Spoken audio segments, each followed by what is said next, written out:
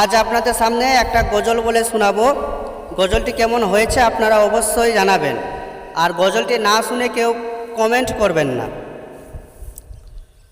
আমার মনের ঘরেতে রেখেছি যারে, দু জাহানের বাদশা নবী কামলিওয়ালা রে।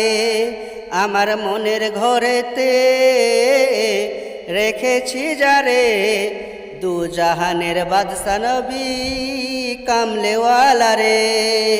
আমার দয়ার নবী রে, আমার মায়ার নবী রে, আমার দয়ার নবী রে, আমার মায়ার নবী রে, দু জাহানের বাদশা নবী কামলেওয়ালা রে।